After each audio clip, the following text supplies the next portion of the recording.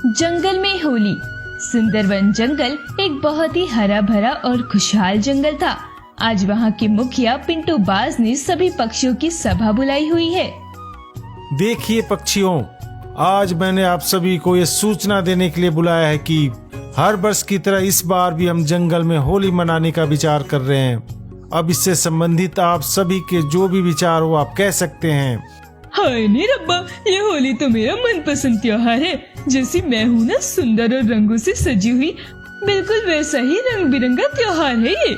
और मैं तो जमकर मस्ती करने वाली हूँ, और नहीं तो क्या।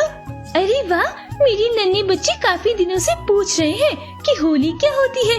अब तो बहुत मजा आएगा। मुखिया जी, मैं तो कहता हूँ कि पार्टी जोरदार होनी चाहिए, जहाँ पर गीत संगीत और नाचने का भी प्रबंध हो। भाई, रंगों से रंगने के बाद नाचने गाने का आनंद ही कुछ और होता है। क्यों पक्षियों? वो तो ठीक है पक्षियों, लेकिन मैं सोच रहा हूँ कि बड़े वाले मैदान में ही रंगों और साज सजावट का प्रबंध किया जाए। मेरा और एक सुझाव है मुखिया जी। हाँ हाँ, कहो ना कालू, क्या सुझाव है?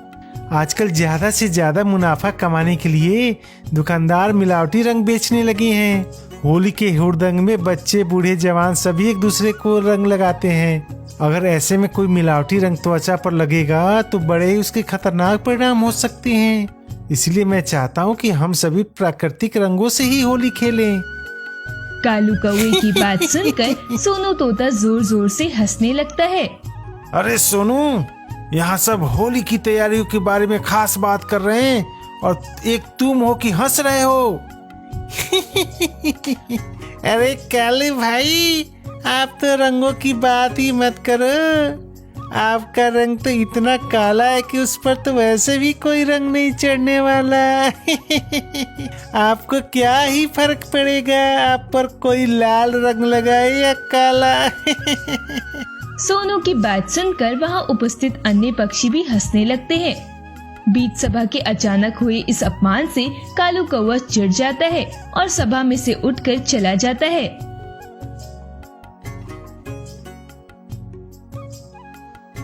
ये तो बहुत गलत बात है सोनू। कालू एक बहुत ही सुलझा हुआ और गंभीर पक्षी है। इस तरह से उसका मजाक बनाकर तूने अच्छा नहीं किया, और आप लोग भी इसकी बात सुनकर यूं उसका मजाक उड़ाने लगे। ये तो बहुत गलत बात हुई है सोनू, तुमने आज पूरे रंग में भंग कर दिया है। इसके बाद मुखिया जी सभा को निरस्त कर देते हैं और सभी पक्षी अपने अपने घोंसले की ओर लौट जाते हैं। कालू कौवा वहीं पेड़ के पीछे छिपकर सारी बातें सुन रहा होता है। मेरा मजाक बनाकर तुम सबने अच्छा नहीं किया। रंग में भंग डालना अब किसे कहते हैं, अब मैं तुम सबको बताऊंगा।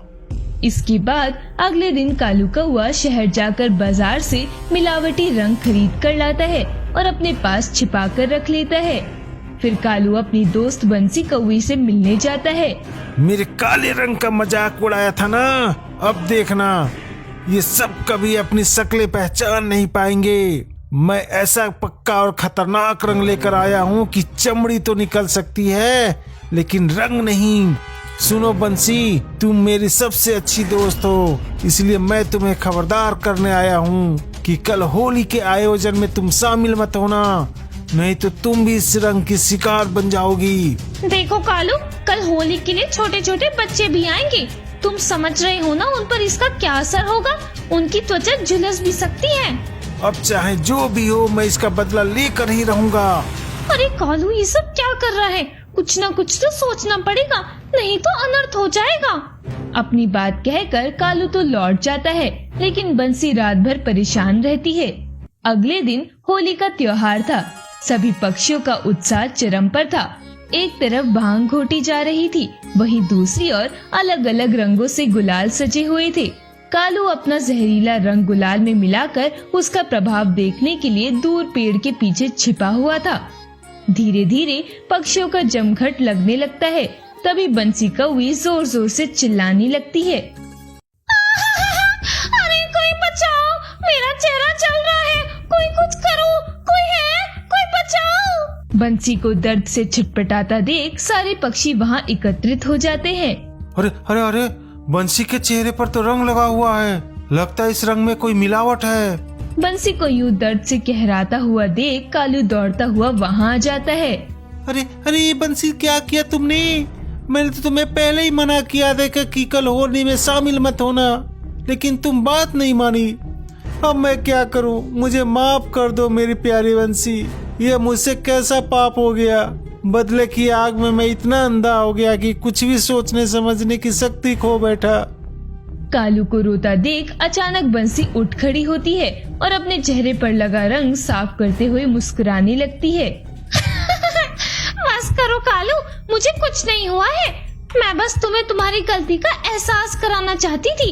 मैं जानती हूँ तुम गलत पक्षी नहीं हो, बस मैं तुम्हें इस पाप से बचाना चाहती थी।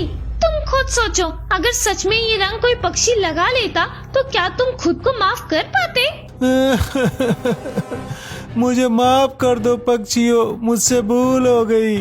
मैं भी सभी पक्षियों की ओर से तुमसे हुए गलत व्यवहार के लिए माफी मांगता हूँ। चलो अब गले शिकवे भुलाकर सब होली मनाएं, क्योंकि बुरा न मानो होली है। और सारे गले शिकवे भुलाकर गले मिलने के ही तो कहते हैं हैप्पी होली। मुखिया जी की बात सुनकर सभी पक्षी हंसी खुशी होली मनाने लगते हैं।